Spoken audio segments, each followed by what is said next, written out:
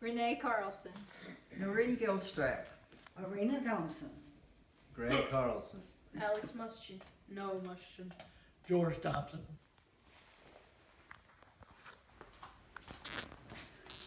And I'm Janae Carlson. I don't know about you, but I do not like getting shots. The anticipation leading up to the day, watching the nurse prepare the needle and syringe, and the pain that follows afterwards.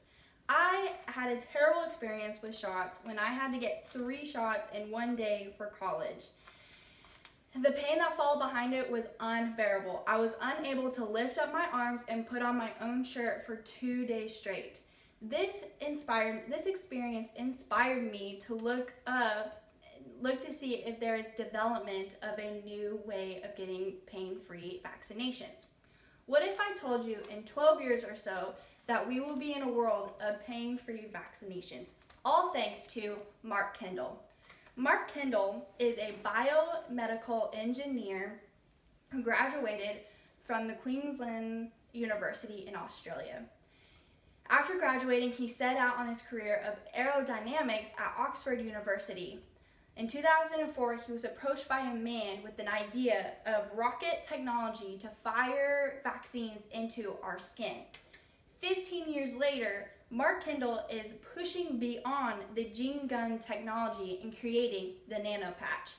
The nanopatch is a tiny silicone, much like the size of a postage stamp, covered on one side of it with 20,000 microscopic projections and covered in a dry vaccine.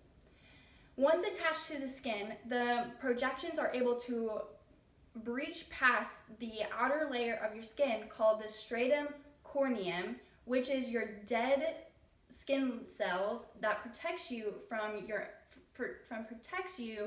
getting infections and diseases. Thus, so once it goes through your stratum corneum, it reaches to your epidermis, which actually we have found out that it has more immune cells than your muscle where the nurse puts the needle in, thus making it better suited to target disease cells like influenza, polio, and cholera. You all may be thinking, why don't we just stick with the old school needle and syringe? Well, 10% of the population have needle phobia and actively choose not to get vaccinations. But what really boils down to is the transportation of the vaccines to urban countries. The needle and syringe are required to be stored in a refrigerator at a certain temperature, but however, the nanopatch is able to be stored in a warm temperature and last for 6 months, thus making it a lot easier to transport it to other areas of the world that are not able to receive vaccinations. Much like all scientists, Mark Kendall refuses to rest until the nanopatch is able to be transported and be used publicly. Thank you.